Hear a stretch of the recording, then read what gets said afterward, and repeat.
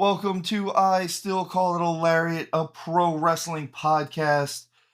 This is the go home episode before Money in the Bank. We just finished off Forbidden Door. I don't know how forbidden the door really was, but we'll get into that in our review episode of that. With me, as always, is Mr. Showtime, Michael Wright. How you doing today, Michael? Oh, you know me, Steven. I'm living the dream. I, of course, am Steve Zapf. This is our show. We are going to talk wrestling and hopefully not annoy too many people or annoy everyone in the world. No promises. Real quick, go through our nonprofit organization, Tap Cancer Out. It helps with Alex's Lemonade Stand, American Brain Tumor Association, Isabella Santos Foundation, Little Pink Houses of Hope, Camp Sunshine, Christopher's Haven, the Sidney Kimmel Comprehensive Cancer Center at Johns Hopkins, CureCervicalCancer.org, First Descent, and Tom Coughlin's J Fund. As always, this is a huge organization. It helps out with so many good things, and everyone I know has been touched by cancer in some way, shape, or form. I feel like this is definitely something everyone can get behind. And real quick, before we get into other wrestling news, I want to throw a big thank you out to Kakoa for doing the interview with us. It was awesome. Amazing. It went better than we even thought it was going to go, which we already had high hopes for it, and it actually exceeded any hope or expectation we had. Kakoa, thank you again for doing that for us. And as I said, we will probably have a few more interviews going through up until just about SummerSlam, I think. Yeah, I thought you were going to ruin that for us by botching that interview, but with how good Kakoa was, even you couldn't have screwed this up. So we're set. I think we're going to have a bunch of really good interviews coming out next. And all kidding aside, I absolutely love that interview. I learned a bit myself. It was a really cool deep dive. So if you haven't listened to it yet, check it out. Give us a like in whatever way you listen to that stuff. It really helps out at the end of the day. The likes and the follows help us out the most, folks. And it doesn't cost you anything. You just have to give that little thumbs up button. I know a lot of people say to hit it. Don't hit it. Just click it with your mouse. Yeah, if you punch the screen, it doesn't work. No, it's not the same. It does not work like that. All right, let's get down to wrestling. Wrestling. Around the wrestling world, he is going by Donovan Dijak now. His contract has expired. He's already had a match on the Indies, and he teased showing up at Forbidden Door. There were a lot of wrestlers that they were kind of hinting at that might show up. Truthfully, not too many people showed up, but we will get more into that in our episode where we review it. But Dijak, he is a huge talent. I could see AEW or even TNA possibly signing him and doing some cool stuff. He's also kind of got that monster gaijin thing that Japanese promotions look for. So I could see him showing up there. Yeah, I actually kind of hope he shows up in New Japan or TNA. I just fear that Dijak kind of falls into a similar situation he just left, where if he goes to AEW, I could see him easily having a nice big show up and everyone makes a big deal about it, all the chatter. And then 2 weeks later, he kind of washes down the card and he's just part of that mixture of just so much talent they have no idea what to do with. I think he fits that. I have no idea what to do with this guy. Whereas in TNA, I think he can make a huge impact, exactly what you just said, like going out to New Japan. He can make a huge impact out there, pun intended, maybe. And so I think those are better, but that's what I'm rooting for. I mean, obviously, if AEW is going to drop a bag of money in his lap, you do you. But I think that his career long term might benefit more from New Japan or from TNA. I agree. I'd rather see him go there. I think unfortunately, there's already someone who kind of fills his role in AEW, and that's Big Bill. Honestly, and he's a smaller version of Big Bill, so like he's more athletic, but it's still the same basic guy. Other than that, we also have Ricochet's contract has officially expired as of July 1st with the WWE. So I'm wondering if we're going to see that Irish wrestler show up in AEW eventually, or if all this news of him not re-signing a contract is once again Papa H putting fake news out into the world. I've had a lot of people really think that Mr. O'Shea is not staying, or is staying in WWE. So be cool to see where he ends up. I Yeah, I wouldn't mentioned be it in like an episode or two ago where I could have seen this being the fake news. I'm convinced that they're having their own little PR extravaganza. Chris Lynn Gentile is just churning out news stories that don't really exist. So I could see that happening. I think that he probably does go to AEW, like in all honesty, at this point in time. But like I could easily be wrong with this one. Them just like setting this up to have him come in and mess with Braun Breaker or whatever it is that they have him coming in to do. a lot of people are worried too that Samantha Irvin is gonna go with him. I don't think that's gonna be a Why would thing. she? I don't see that being a thing. I don't see her wanting to do anything more than what she's doing. And truthfully, they're not going to give her time to do it on AEW. So there's no reason for her to leave. I feel like at this moment in time, she's just as over as Dominic isn't, because everyone has been gushing over her since WrestleMania.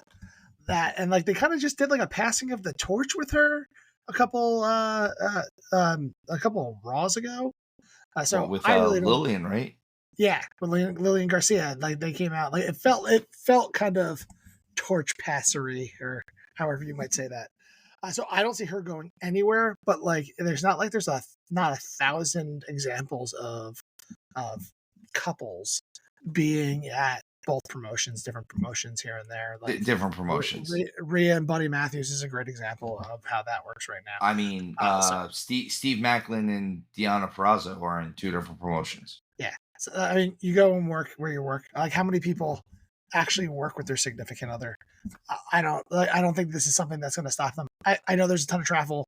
I know that really sometimes hurts a relationship when it's long distance, but I don't see Samantha Irving leaving her fantastic position as the Raw commentator, where and not commentator, announcer, where everyone absolutely adores her, for her to follow Ricochet. That's just not. That's not good I think business it's sense a I marketing. think it would be a terrible plan for her career. Unless Uh, it comes with a big bag of money. Big bag of that's also money true. changes all things. Go Big nuts. bag of money. I Two mean, big bags of money? Sure, why not? Tony Khan does like to give out those big bags of money.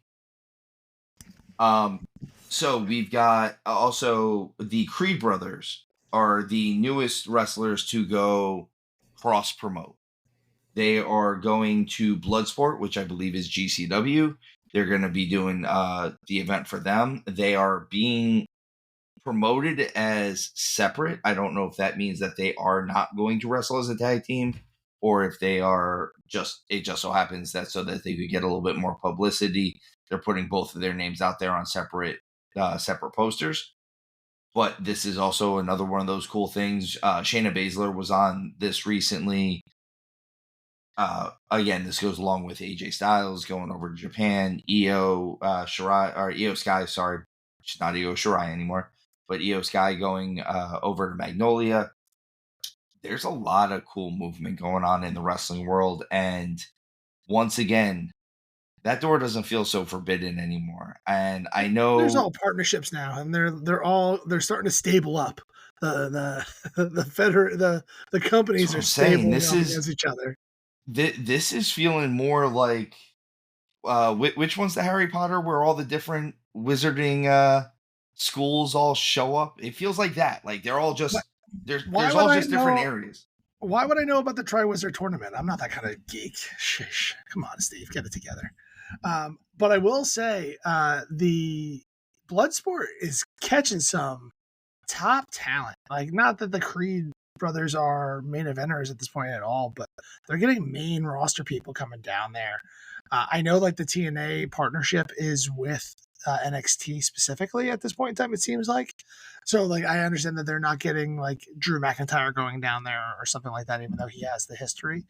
But like Bloodsport's getting main roster, like solid mid And card people coming their way.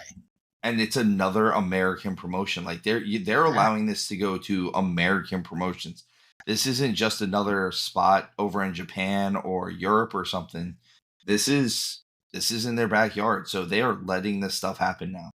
And I will say, I'm keeping an eye on the Creed brothers at Bloodsport. I think you're going to see those two guys go off. Like if you look back in 5 years or even like 2 years on the moment that they actually got over, it might be this like the matches leaking out of this because they're going to be able to do what they do best in Bloodsport compared to having to kind of rein it in a little bit. I think in WWE because it has to be a little bit more showmanship, a little bit more of the entertainment side of things. Whereas in Bloodsport, they're going to go out there and they're going to go wrestle some people. Actually wrestle. Yeah. So going on from around the wrestling world to a little bit more promotion specific. TNA, Steve Macklin and Nick Nemeth were the latest qualifiers for that 6-way match for the TNA World Heavyweight title at Single Anniversary. So that gives us Josh Alexander, Moose, Steve Macklin, and Nick Nemeth. We are still kind of leaning as this is a really good way for Joe Hendry to possibly get the TNA World title. Or I could see it being Joe Hendry, but I could also see it being like this is a really good way to get that title off Moose, if for no other reason, with all the movement with between TNA and NXT. It gives you a lot more reason for your TNA champion to go over to NXT and not feel like Moose, like he said, he beat main roster guys while they were still in TNA. So it's hard for them to just put him into NXT and be like, well, you're still just the TNA champion. But he's not just the TNA champion. He's the TNA champion, a former Super Bowl champion, and a guy who's beaten Bobby Lashley, Drew McIntyre, and a couple other guys that were on the main roster at different points. So yeah, if you put Moose up against Trick Williams, you have to put over Moose. You have to put over absolutely Moose. Have to put him over Moose. Like he has earned that spot. Trick Williams is still a young person. That's NXT, no matter how entertaining or however good it is, it's still a developmental league. And that's something you'd have to give the respect to someone like Moose. I will say in this this qualifier match, obviously, so we know 4 people, right? 4. Macklin, Nemeth, Josh Alexander, and Moose. Those are the 4. We got 2 more. 2 spots left over. Obviously, one of them is going to be Joe Hendry, though I've said his name a couple times, and he has not appeared in this room, so a little disappointed there. I think he's still in Scotland. He might be. He's trying. He's doing his best. The other person that I wouldn't be surprised in this, and I haven't looked at what TNA's card is looking up now, so like if this is false news, I apologize. I haven't looked ahead.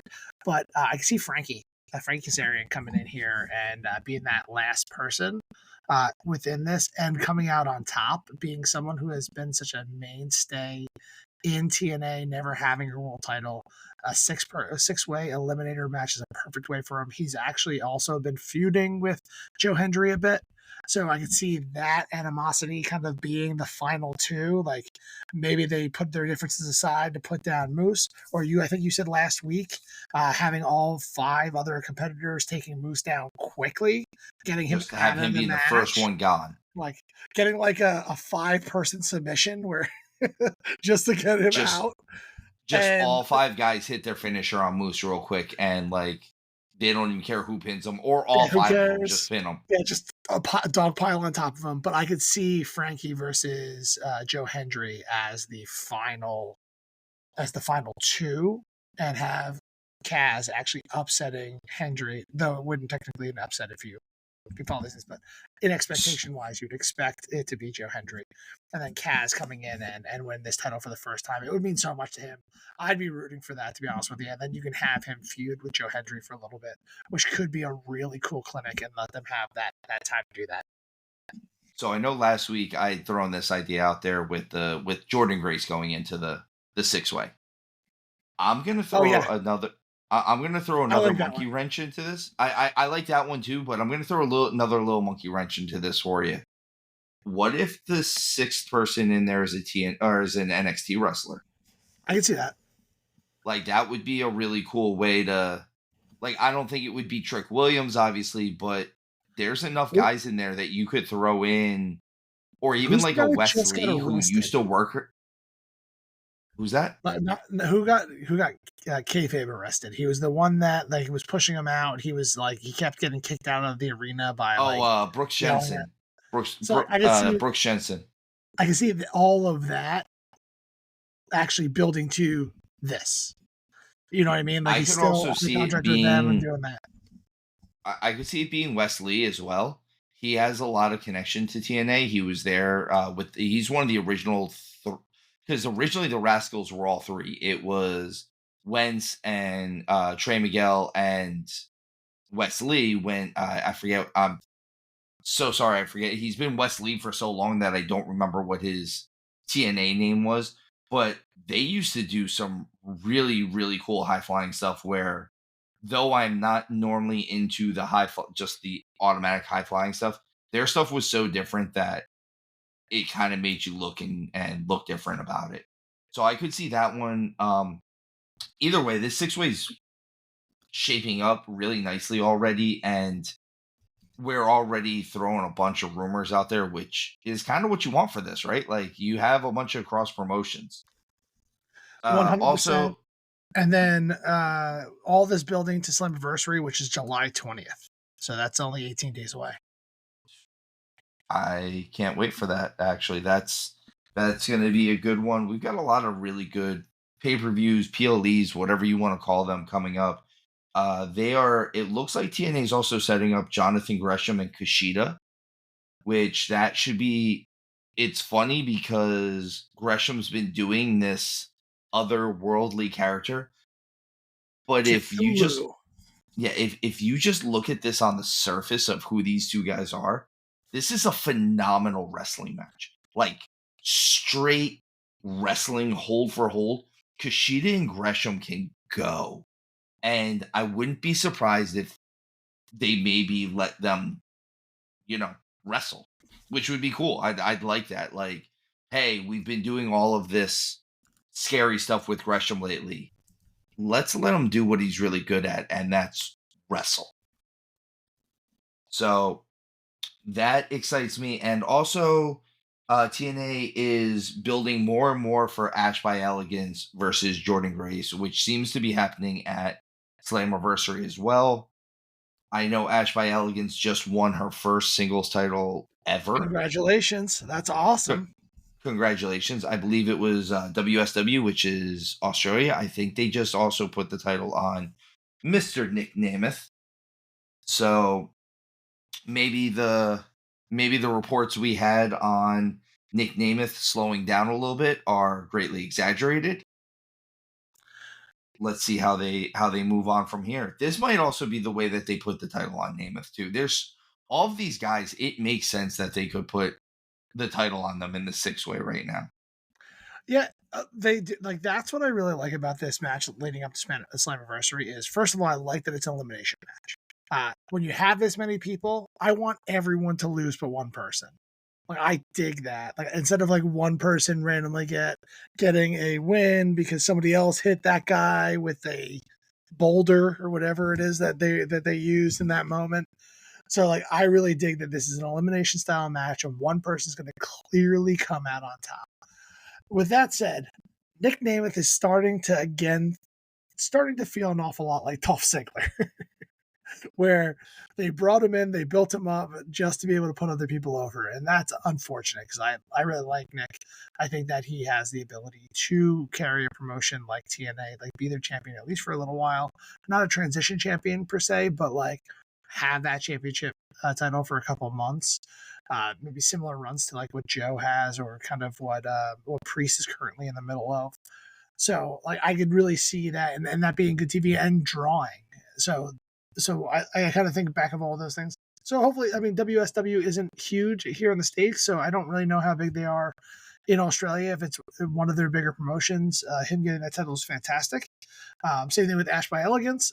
Obviously, they're able to work both TNA and WSW. And honestly, the more I watch Ash by Elegance, the more she's over with me. I really dig it. She's got this dope, like bejeweled brass knuckles or like bejeweled knuckles that she uses. And It's fancy. It's fancy. I like it. You like fancy stuff. I know you do. I like fancy. Yeah, So this week I'm in easily bought. you you do like fancy. You kind of like fancy and colorful a little bit. You're like Jesse the Body You know, Ventura like that. You like fancy, colorful stuff. should I get boas? Uh, Is that what I'm missing? maybe. I Listen, don't know. The color of my we'll ask the beard people. almost kind of To the color to of the my beard almost Legion, gets if that. I mean it is true. To the Legion, if you want Mr. Showtime to start wearing some boas, you need to let us know because he will do it. He'll make you Right guys there. happy. He won't make me happy, but he'll do it for you. Uh, all right. So, Jesus. AEW this week. This was kind of their go home blow off week, leading into Forbidden Door. They did a lot of stuff. A lot of this was kind of predictable in the sense Swerve attacked Osprey after they had a tag match, which I said this whole time. Swerve was going to have to lean into being more of the heel in the situation, even if he wasn't really going to be a heel. He had to be the more of a bad guy in this whole situation. They did that, and then they did the weigh-in, I believe, on Collision. Oh, So that's and they were. I know Osprey teased hitting the hidden blade during that. They had the 6-woman tag match between Tony Storm, Mina Shirakawa, Mariah May versus Soraya, Harley Cameron, and Anna Jay. That was kind of just them setting up more of the Mina Tony match, which I believe that was where they did the champagne smashing as well, where Mina yep. accidentally smashed Mariah. In news that With doesn't these actually pertain. with these two last things you just mentioned, with the Swerve Osprey and the Mina and Tony, I really like the build. Like I think, like we talk about, I feel like I want to give AEW a little bit of credit, and obviously we're going to review Forbidden Door in a separate episode, since we mentioned it like 3 or 4 times already tonight. But like we've been begging for, like, give me some builds that really matter, that makes me want to care about it. And I really think that they did a great job with the Swerve Osprey angle. I think they did a really good job with the Mina Tony angle. Now I'm not going to spoil what happened at Forbidden Door, but even leading to both of those matches, the way it came to fruition, the way they end, I think that they went from start to finish kind of good stories. It was a little bit shorter than you'd expect for some of that longer term storytelling from like WWE, but for the way AEW will do these kind of stories, I think these ones were some of their best in recent history, and I really enjoyed these. I agree. I think they did a very good job in building up these stories. My only issue is just in general. We've said it about Swerve being the world champion. He still feels very much like he's not being treated correctly as the world champion. I thought this build up was good for it, but again, I think unfortunately, I think the damage has been done to Swerve's title reign, unfortunately, and I think it's gonna take possibly a few months of them course correcting before we start seeing Swerve as the dominant champion that they want him to be right now. I disagree, but I don't know if I can talk about it right now. I That's fair. disagree until we do the Forbidden Door review show. If you want to know what I think about that, listen to that show, and I'll give a little bit more insight into that there. Mr. Showtime, always plug in for the future. Hey, listen, there's Uh, another show. This one's going to be a lot shorter than normal, guys. I promise. so I'm trying we've to make this got more snackable. in other AEW news, Hikaru Shida advanced in the women's Owen Hart tournament. This is cool. Hikaru Shida is former women's champion for AEW. She's one of the few Japanese wrestlers that have come through as far as the women go. That honestly, she looks athletic. She's not one of the 87-pound women that come through that makes me wonder if she could actually hurt anybody. So that one kind of makes me happy. She also beat Deonna Purrazzo, which that was, I love Deonna, and if you can make it believable that you beat her, that automatically gives you a little bit of a leg up on the competition for me. What else do we have? So Kyle O'Reilly and Zack Sabre Jr. put on a technical masterpiece over the weekend, leading into Forbidden Door. This was to show how good Zack Sabre Jr. is and put him in there with Kyle O'Reilly, who is one of those guys who could go hold for hold with him. That was the whole reason for it, but they did put on an awesome, short little clinic of a match. To go heading into Forbidden Door, Will Ospreay had already guaranteed Daniel Garcia a match for, at the very least, the international title. That is, I believe that should be happening at the Dynamite episode that should be on the July 3rd. So he at least is offering him the international title.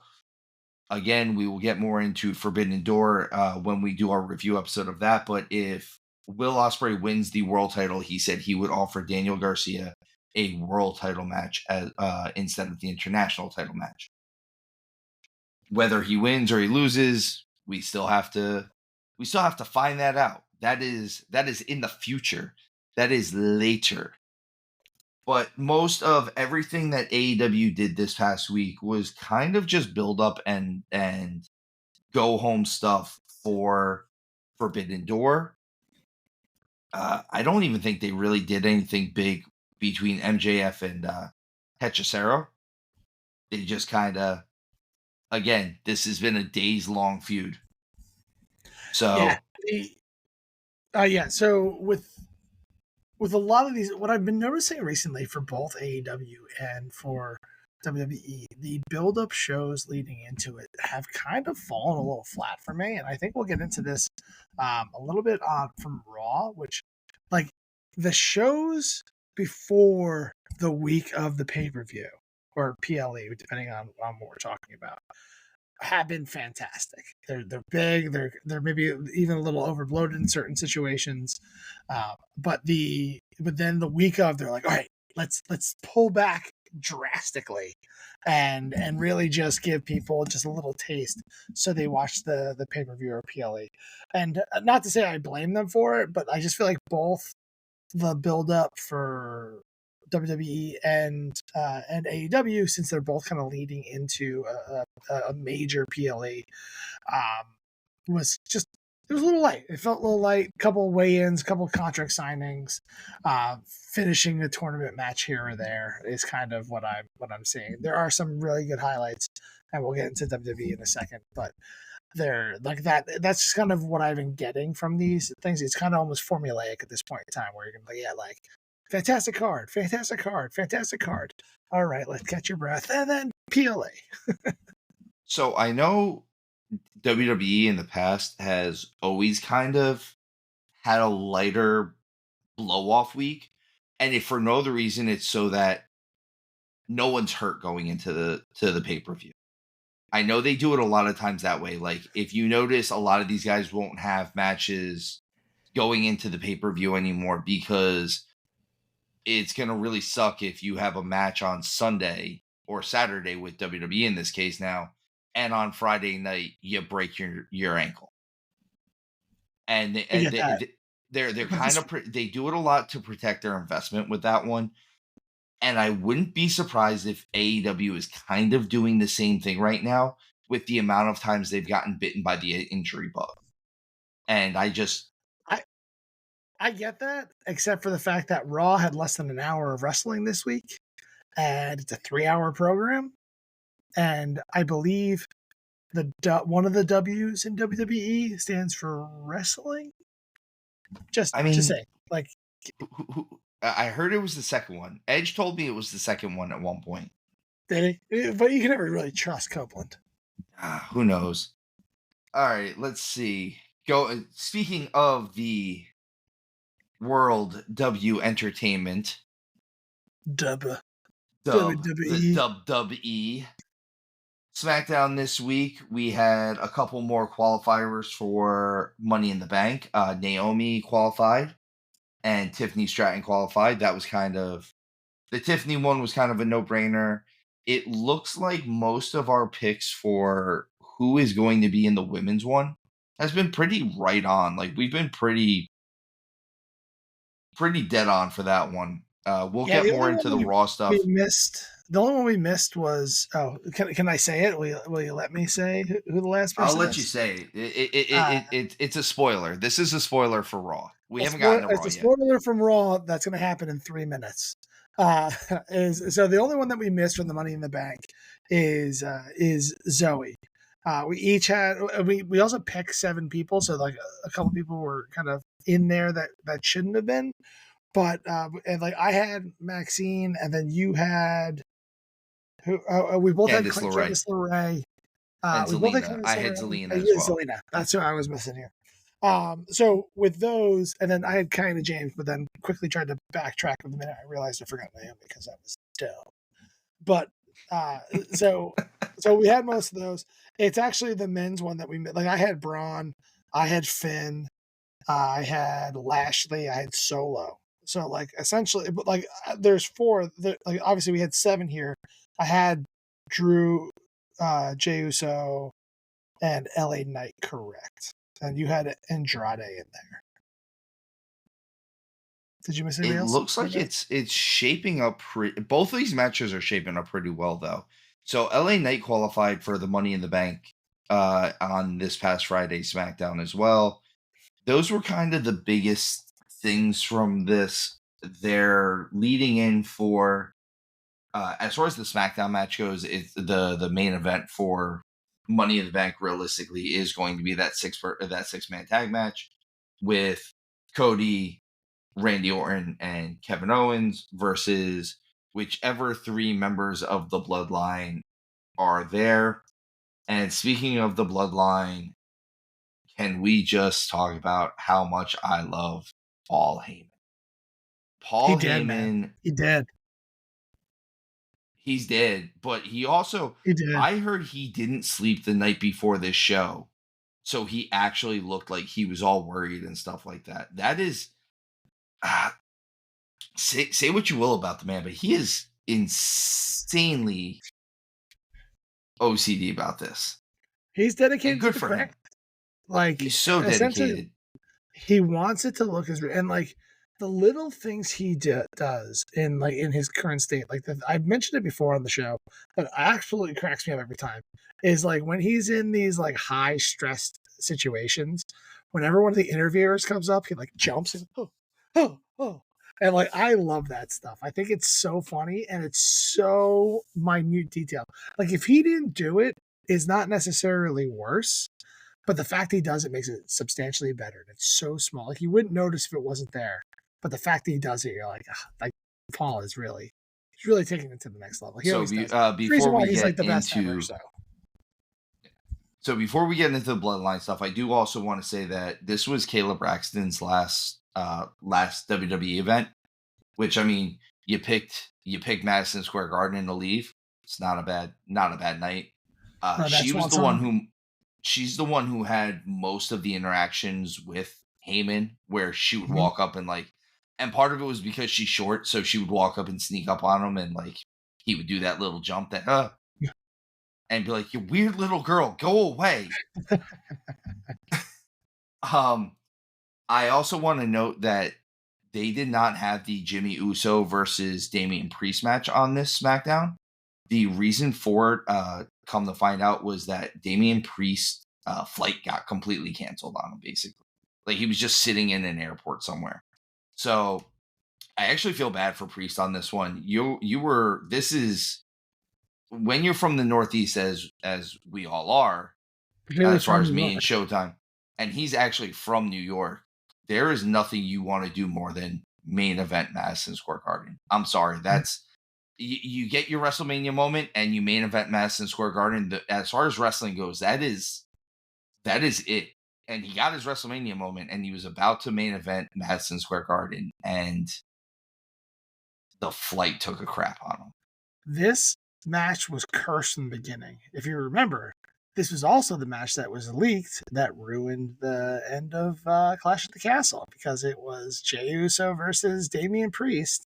They were kind of teasing that out there ahead of time with the Priest as champion. So I feel like this was cursed from the get go for him.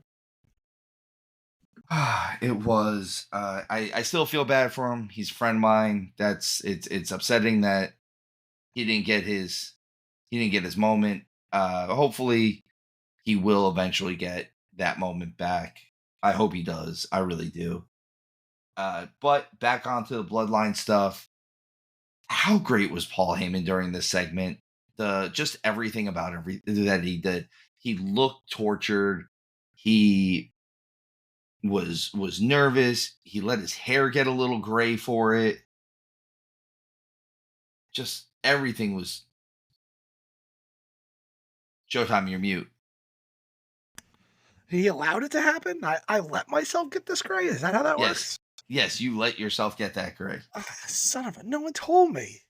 Yeah, see that we can make that happen like that. Yeah, he didn't And shave for this even minute. He really went all out. and even the just how he reacted to everything with the acknowledge me and the I acknowledge that you are not my tribal chief. About time. Glad he took a stand. And as soon as he said it, you knew. He got spiked immediately too. You didn't have enough time to register it before he got spiked.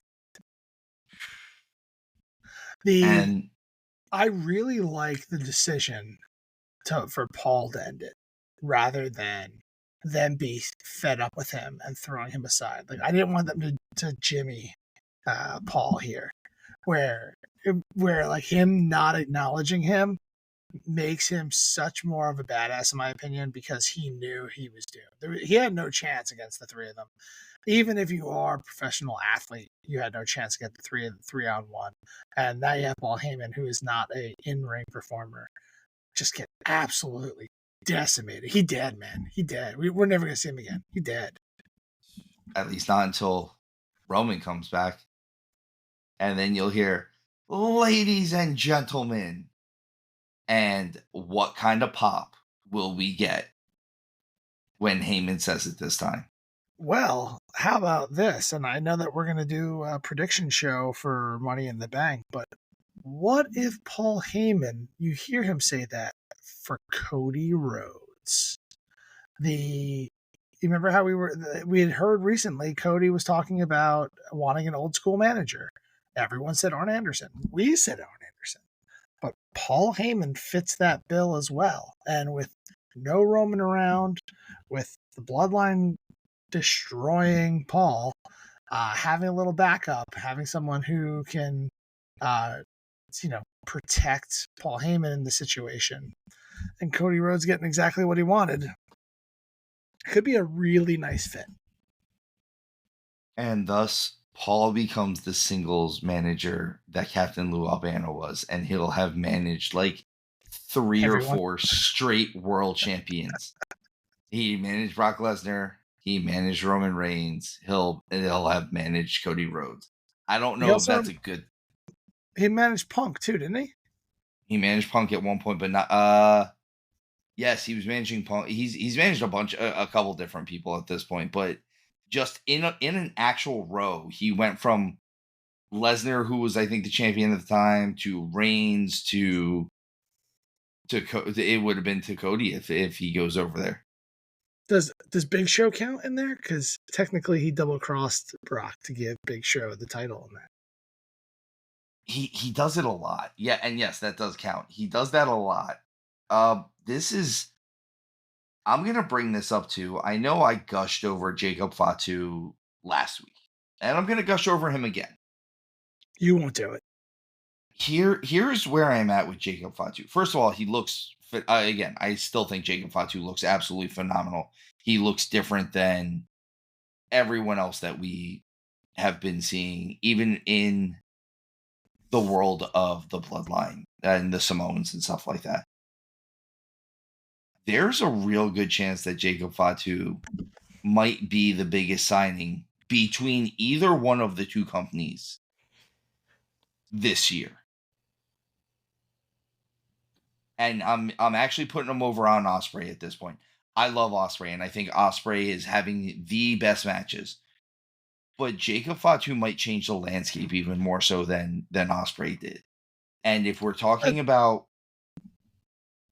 and also if you're looking at it, and I'm going to be the guy who looks at it a little bit money wise on this one, Jacob Fatu is probably getting paid significantly less than Okada or Mercedes or Ospreay are right now, and he's going to go in there, and I think don't get me wrong, I think he fits WWE more perfectly, but I think he also would have smashed out AEW as well, and they could have signed him if they wanted to. Yeah, I agree with what you said in the latter part of this. I can't see how you can consider him a better signing than any of the other three major signings from AEW. The way they've handled them, the way that they've come out. Now, talk to me in 2 months when Jacob Fatu is not just a background character in the bloodline, when he takes a more center stage, and then we can readdress that's what I'm saying. I think this is going to be one of those like, hey, today he's not, but it's a week old. Sure, I think you're jumping the gun really, really too quickly. I think I wouldn't be surprised if by, let's say, Royal Rumble, he's made the transition far enough where we're looking at him going, oh, this was a bigger deal than we were even giving it credit for, and everyone was making a huge deal out of it, and it's going to be an even bigger deal then. Like, don't be surprised if Jacob Fatu doesn't win the Royal Rumble, or does win the Royal Rumble. It's going to be his cousin, his brother, his nephew. I don't know. They're all, I don't know. Whatever they are. Acknowledge. So that was SmackDown. We're going to move on to Raw. Again, this is going to be a little bit of a quicker, smaller episode, just because most of the stuff is going to be the review of Forbidden Door on its own episode, and the preview of Money in the Bank, which is also going to be its own little small entity, if you will. Yeah, we're going to cut this one down so we can talk longer, essentially. Basically. So you can hear us even more. Isn't that what everyone wants? I know that's what we want. That's what I'm looking for. So Raw starts off with Jey Uso, and my God, is Jey Uso over. I know we keep saying it, but he is so insane. Over. Like, it's almost, he's almost as over as Dominic Mysterio gets heat. And it's almost inexplainable. Because I'm not I'm not sure why. And like, I don't dislike Jey Uso. I just don't understand how he's this over. Yeah, I don't. Well, I get it, right? He had a fantastic story to where he got to. His whole story throughout the bloodline was absolutely fantastic. It's almost like he was the actual main character in the bloodline rather than Roman. I don't know if you equate it to some stories that you see or some movies, like the guy that you think you're following as the main character isn't really the main character. I could see Jey Uso being in that kind of situation, but the fact that he pledged his allegiance, was the last one fighting back, then pledged his allegiance, was all in, got out of that from under that thumb of Roman to kind of forge his own path. I understand why everyone is so over on him. I would like to see his ring work be a little bit better. Like, that's always what I'm looking for. But I think that he is he's a little too over, in my opinion. It's a little. Oh my God, it's Wrath. A little too Wrath. Sorry, that might be a little bit too old of a reference for some of our listeners to understand, but I bet you there's very few younger people listening to our podcast. That is also true. I also really dug that Jey Uso called it the Money in the Bank heat case. That was that Yeet got cakes. that got over on me. I'm not gonna lie. That made me pop a little bit. I was sitting in my chair just laughing. But that led into him and Chad Gable getting into it, which then obviously led into the White Six showing up, or at least Sister Abigail showing up. I'm still kind of interested to see with this White Six what character Alexa Bliss is going to form, if she's just going to be Alexa Bliss. And as much as like Uncle Howdy is the leader, I'm doing quote marks in the air for anyone who's just listening. As much as he's technically the leader of this group, is maybe Alexa Bliss gonna come in as like the demonic Alexa Bliss and be the real leader of this group? Like, hey, she's the real star out of all of them previous. I see where you're coming from, but I think It's they more of an have asking of the question. Like, sure. I don't think so. I could see her being the solid number two here, similar to how she was with the Fiend, just for Bo. Because Bo, they have like lightning in a bottle here, right? It's very few opportunities that you have someone that people are ready to put over, right? I feel like a lot of times in these situations, the fans are ready to hate the person because they know that they want to get them over. Whereas in the love for Bray Wyatt was so strong that Bo coming in to fill in that space, like he has to mess up to fail because I think everyone else wants him to succeed. And so far, the Wyatt Six uh, faction and how they built it up. These vignettes that they're cutting, these VHS tapes that they keep providing have been fantastic. And we were talking about it before the show. The one thing that I'm just missing on this is I want to see more action from them. Like, we got one decimation of the backstage area where Chad Gable died and came back. He might be a messiah now. And then I don't know. a bunch of jobbers in the back where like some people looked like real stars, but no, I assure you, no one back there was any consequence. I want to see them. I want to see them mess some stuff up. I want to see them get out there and have like Sister Abigail keeps coming out.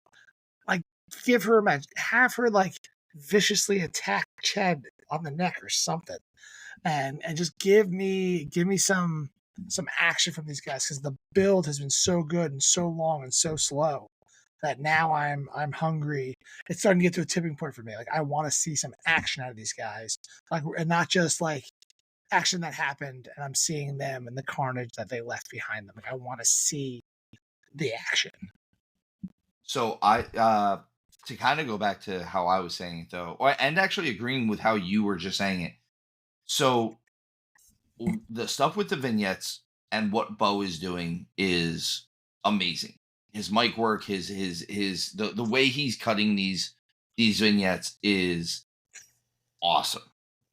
The question is going to be a little. I could see it being like Bo in these vignettes or Captain Howdy, however you want to do. Uncle Howdy, I'm sorry, is awesome.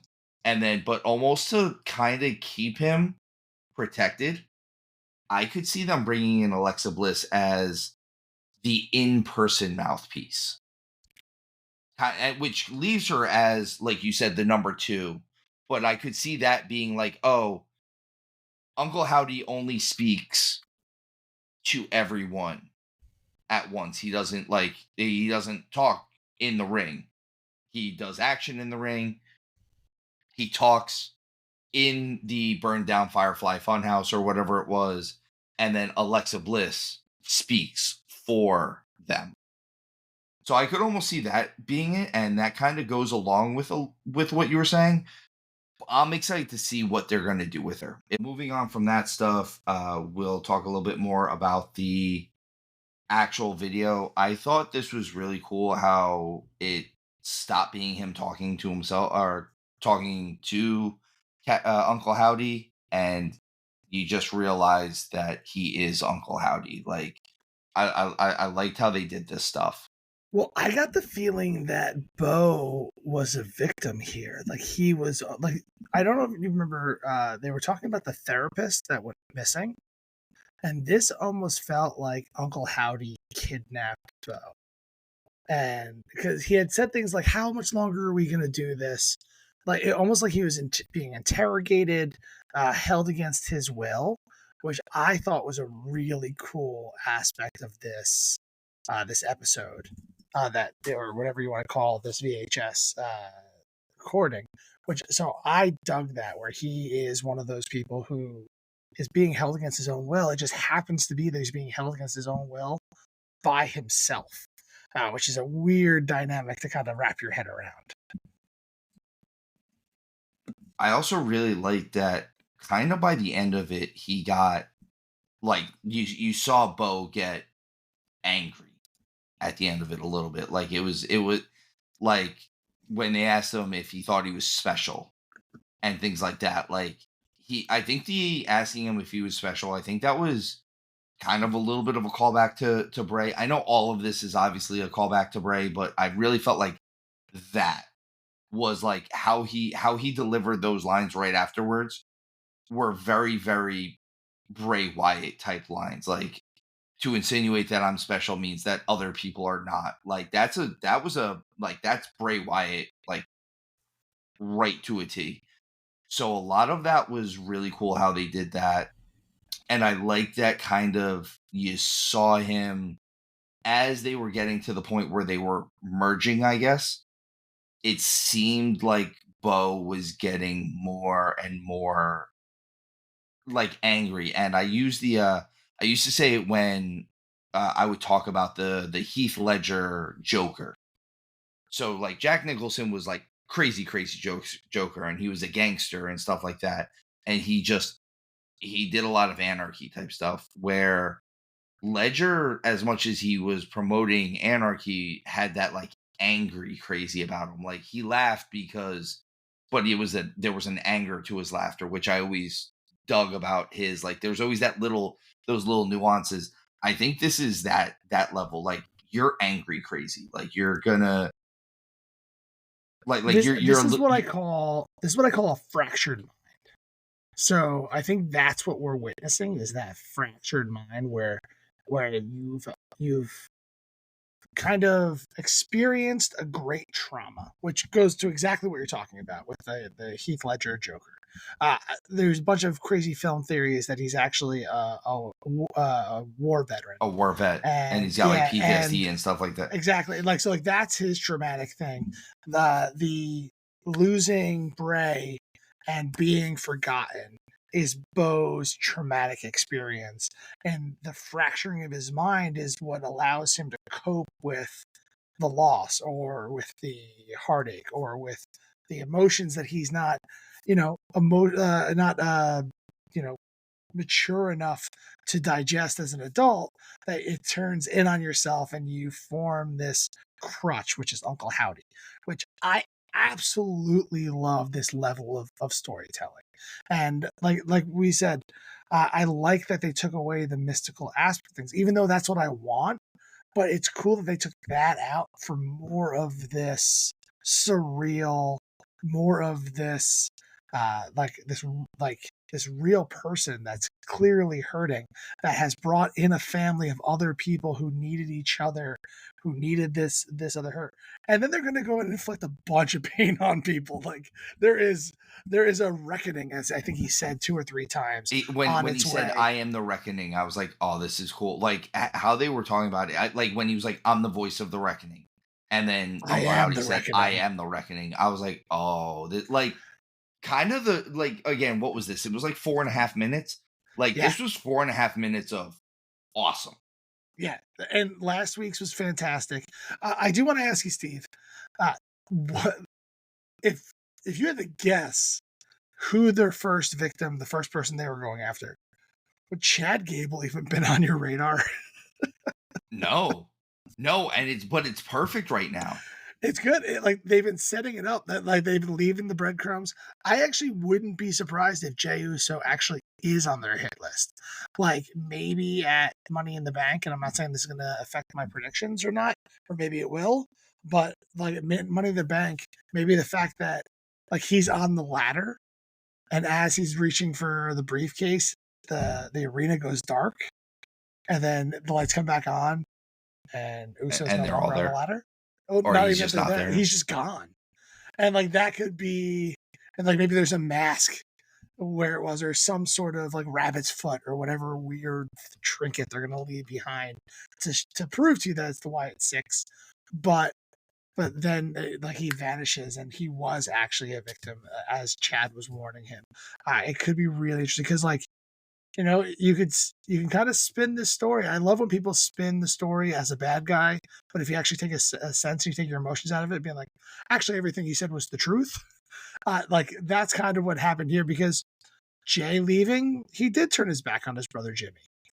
Jimmy is now out of commission now, and if Jay was around, maybe that wouldn't happen. So there is that layer of truth that people use to manipulate other people. I wouldn't be surprised if this Wyatt Six stuff also goes kind of along the lines of almost what like Karrion Cross in the Final Testament, or at least what Karrion Cross was doing before he kind of formed the Final Testament. The whole like I'm going to break everyone else. So I like almost like they're gonna fix everybody else though. Like the whole thing, like Chad Gable stopped saying thank you. So like all of a sudden now they're the reason why he was one of the victims was, well, we're gonna get you back to being what worked for you. We're Or fixing we're you. gonna like if it yeah, like they go back and like they're trying to fix everybody by beating them where Karrion Cross is trying to break them all. So the Shinsuke losing his honor and thing like that. This guy, as much as these guys are bad guys, they're trying to do the opposite of what everyone else is doing. And are they? Like, We don't know. they're misfits, right? They're people who, on the surface, seem like they should be like extras in the Texas Chainsaw Massacre, but at the end of the day, they're more like the misfits, the forgotten, the island of misfit toys, like whatever you want to call it, where they end up being the good guys in all of this, which could be a crazy spin. Because like as of right now, I know they haven't targeted too many people at this point in time, but as of right now, they're targeting a heel. Yeah. Well, That and that they're makes them a good guy, technically. I know you said the Island of Misfit Toys. Obviously, you called back to a movie with that. Let's go another toy one. They're the Gorgonites. Yeah, They're the small soldiers that, hey, they look like monsters. Maybe they're not monsters. I mean, they are monsters, but maybe they're really just trying to fix. Like you said, maybe they are the good guys, maybe which they're would the good be guys. weird but awesome. It'd be so different. Twist. You heard it here first, folks. Obviously, it all comes here first. It always listen. He might always be Mr. Showtime Michael Wright, so he's always right. But the show in general is usually right. So we had some other stuff that happened on Raw that was kind of cool too. Zoe Starks being a surprise qualifier for the Money in the Bank. I did not see that one coming. Mainly because she's been doing so much stuff with for the tag team titles. I didn't think that her or Shayna were gonna be qualifying for this, but this is a nice little dark horse in there. I don't think she's gonna win the Money in the Bank, but we'll get more into that when we do that preview episode. It just seems like this is maybe Shayna is actually hurt. Maybe her knee is a little wonky on this one. So they're letting Zoe kind of go in there and probably put on a good match at Money in the Bank. Let's see. Yeah, I'm a little surprised that Dakota Kai didn't sneak in here after her kind of pleading on social media to a certain extent, because I feel like any one of these three of Ivy Nile, Zoe Stark or Dakota Kai could have moved forward. I think this trio was someone who could add some real context to that match that aren't going to be one of the people who win. So I think Dakota losing lends a little bit more towards the damage control having issues. Sure. So I think her losing adds more to that than her winning adds to the match type of thing. And once you kind of look into it that way, I think it's kind of a toss up between Zoe and Ivy at that point. They're very, very similar base characters type of thing. So at that point, whether it was Zoe Starks or Ivy Nile, you're kind of just, hey, we're throwing the fitness chick in there. Even though Zoe has a little bit more to her than Ivy does as far as character goes, their base is still just that they're the fitness competitors. Liv retained against Zelina Vega. I kind of figured that it didn't feel like we were going to take the title off Liv on a random go home Raw before a pay-per-view. But also because of her being out there, I probably would have, yeah. I know they teased Rhea maybe coming back tonight. They talked to Rhea a lot, or they talked about Rhea a lot. Priest said that he's actually spoken with Rhea and that she's pissed, which maybe Dom's just letting that marinate for himself. Like, hey, like, I'm going to let you get really mad at me and then take it out on me. Which, by the way, congratulations, Rhea Ripley and Buddy Matthews on getting married. That's an official thing. Cool for you guys. I'm really happy for y'all that you guys seem like a really happy couple. So that's pretty awesome. But I don't know, storyline wise, I don't know if I'd want mommy mad at me. Not in the bad way, but in the good way. No, I think that's kind of the point. Yeah, and I think she's mad in the bad way. Yeah. Again, Liv kind of cost Dom his match against his father, which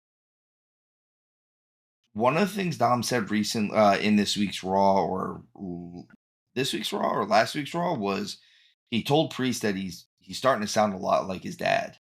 Mm-hmm.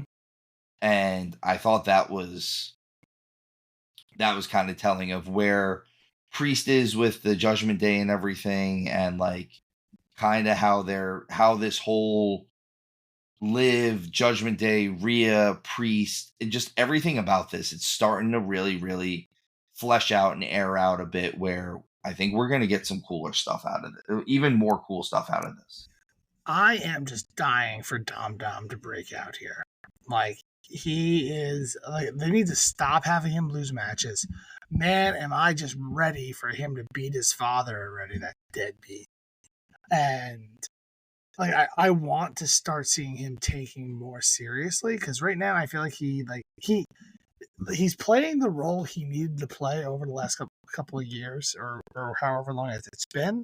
And the fan with the nuclear heat that they have against him, now it's time to make him a serious competitor, in my opinion. It's time to pull the trigger on Dominic Mysterio and have him start winning some stuff, upsetting some people. Like, I would love to see him go over on Braun Strowman clean. Just out of nowhere, he cleanly goes over and everyone was like, what did I just witness? Like, I don't understand how what just happened. Yeah, like this wasn't in the script. Like, I think it's broken. This. Like, what does high score mean? Cut to a commercial. We gotta fix this. Like, I want to see something like that because it's time, and I'm dying for the third WrestleMania in a row to get Dom versus Ray, because clearly that's what's going to happen. And I've said this before, and I'm going to say it again. I want to see a mask versus hair match. Like, they are setting this up perfectly in the classic Mexican style, and this is kind of Ray's retirement. Not that I necessarily need Ray to retire. I still am very entertained by him. He doesn't seem like he's losing steps where I think he needs to go. But when he does need to go, I want to see hair versus mask.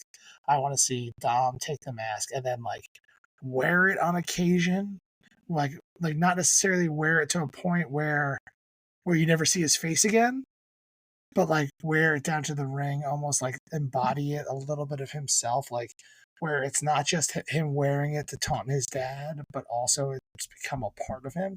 I just think that tradition of that handoff would be so good. And then from the time he has that mask on, even before that, he's like an actual competitor, like where we're seeing him go up against like Braun Breaker and not just expecting to see a 6-minute squash match, but like how Dom could antagonize Braun Breaker to a limit where he actually wins the match because he frustrated Braun Breaker so much that he made that one mistake that Dom was able to capitalize on and take him down. Like that shit is awesome. I love the fact that you said mask versus hair match because it was leading into a question that I really, really wanted to ask you. So last week I brought up his perfect mustache. This week I'm going to bring up his perfect mullet. Yeah, the mullet's perfect. Like it's so good. No. So this is the question I'm going to ask because it seems like it has grown at an ungodly pace. Do you think that they put mullet extensions in? Sure, why not? This is a real question. Like I really think that because it went from being just like, hey, he's got an annoying Eddie mullet, like Eddie in Mexico mullet, to he's got Eddie like end of WCW mullet going on, and like it went pretty quick. Female competitor wears extensions. Exactly. So that's why I'm not even throwing shade at him for it. I'm just wondering if you think that that's what's happening, because I was looking I was looking during Raw. I'm like, I wonder if he's wearing extensions. It was just one of those things that for some reason clicked at that exact point, and I really wanted to bring it up on the show. To answer your question, no, I actually don't think he's wearing them. I think this is his real hair, but I'd have zero surprise if it was actually extensions. Like if we did the hair versus mask match, and when he went to shave it, like pulled it out and realized it was the whole thing came off. It's just one big ring. It's just a nasty weave. Even better. Yeah. By the way, Triple H, if you're looking for us, we will sign. That's a bad idea, though. Don't listen to that one. That's no, that. But at the same time, that came from him or him. You know who could pull this one off? R-Truth. Definitely. All right, so moving on from Liv and Dom, we get a little bit more with Karrion Kross in the Final Testament. Kross ends up losing to Xavier Woods, and then him and the Final Testament snap and injure Kofi. I'm still digging this whole thing. I'd like them to get a little bit more time, and I understand that maybe this isn't a top tier storyline, but I'd love to see how they can really, really flesh this whole thing out. And then last but certainly not least, I don't know anyone who thought that Drew McIntyre was going to be in Money in the Bank. It's not like this show has been saying it for weeks. It's a travesty that Drew McIntyre had to fight in a match against two of the most fierce competitors in this entire tournament to get a shot at the Money in the Bank. With what CM Punk has done to this poor man. Match. Fantastic. But the fact that he had to earn his way in there after having 2 world titles stolen from him, and now he has to prove himself in this, is absolute and utter malarkey. Hashtag malarkey.